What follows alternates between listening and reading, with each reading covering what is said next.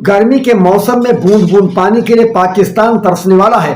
पहलगाम आतंकी हमले के बाद भारत ने सिंधु जल समझौते के तहत समझौता रद्द कर दिया था, जिससे पाक पानी की परेशानी झेल रहा है। लेकिन अब भारत शाहपुर बैराज के पूरा होने के साथ रावी नदी के फ्लो को रोकने वाला है, जिससे पाकिस्तान की मुश्किलें बढ़ सकती हैं।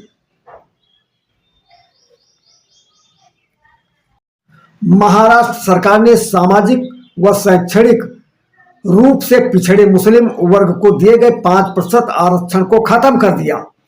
वर्ष 2014 में एक अध्यादेश के जरिए मुस्लिम समाज के विशेष पिछड़ा वर्ग CBC ए के तहत सरकारी नौकरी और शैक्षणिक संस्थाओं में 5% का आरक्षण दिया गया था। पहले से बनाए गए सारे सर्टिफिकेट भी रद्द कर दिए गए हैं। पाकिस्तान का अत्यधिक अशांत प्रांत खैबर पख्तूनख्वा फिर एक बार आतंकी हमले से दहल उठा। उत्तर पश्चिम जिले के बिजौर में विद्रोहियों ने सुरक्षा बलों के एक संयुक्त चेक पोस्ट पर हमला कर दिया।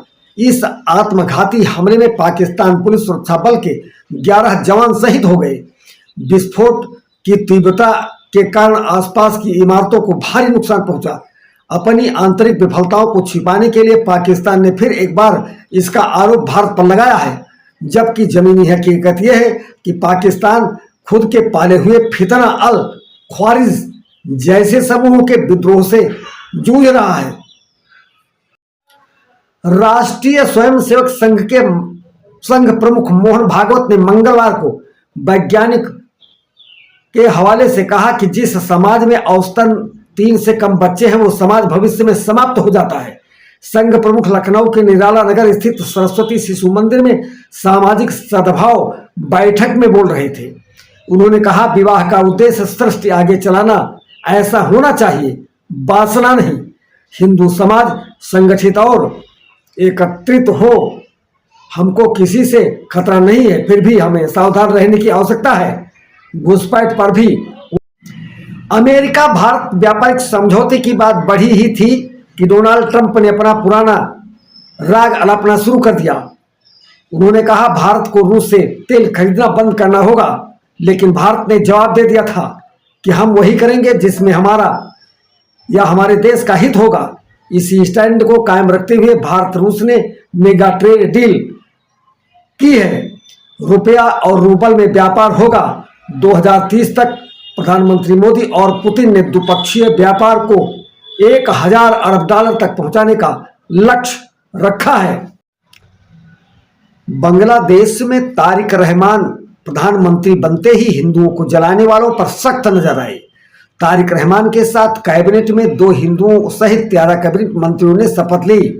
इस समय शपथ ग्रहण में भारत की ओर से ओम बिरला व विदेश सचिव विक्रम मिश्री भी पहुंचे।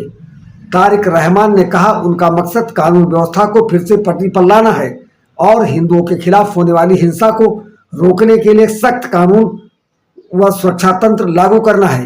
उन्होंने शपथ लेते ही हिंदुओं पर हो रहे हमलों पर बड़ी कार्यवाही की।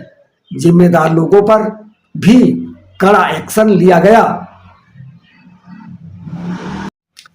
उत्तर प्रदेश में मायावती ने विधानसभा चुनाव नजदीक आने के साथ साथ अपने समर्थकों को सत्ता से बाहर करने के उद्देश्य से राजनीतिक प्रतिद्वंदियों द्वारा रची जा रही तीव्र साजिशों से और हथकंडों से सजग रहने की अपील की। उन्होंने अंबेडकर के सभी अनुयायियों से आत्मसम्मान की रक्षा के लिए अंबेडकरवादी आंदोलनों को एकजुट करने की अपील की। उन्होंने कहा, यूपी में बसपा अकेले ही अपने दम पर चुनाव लड़ेगी।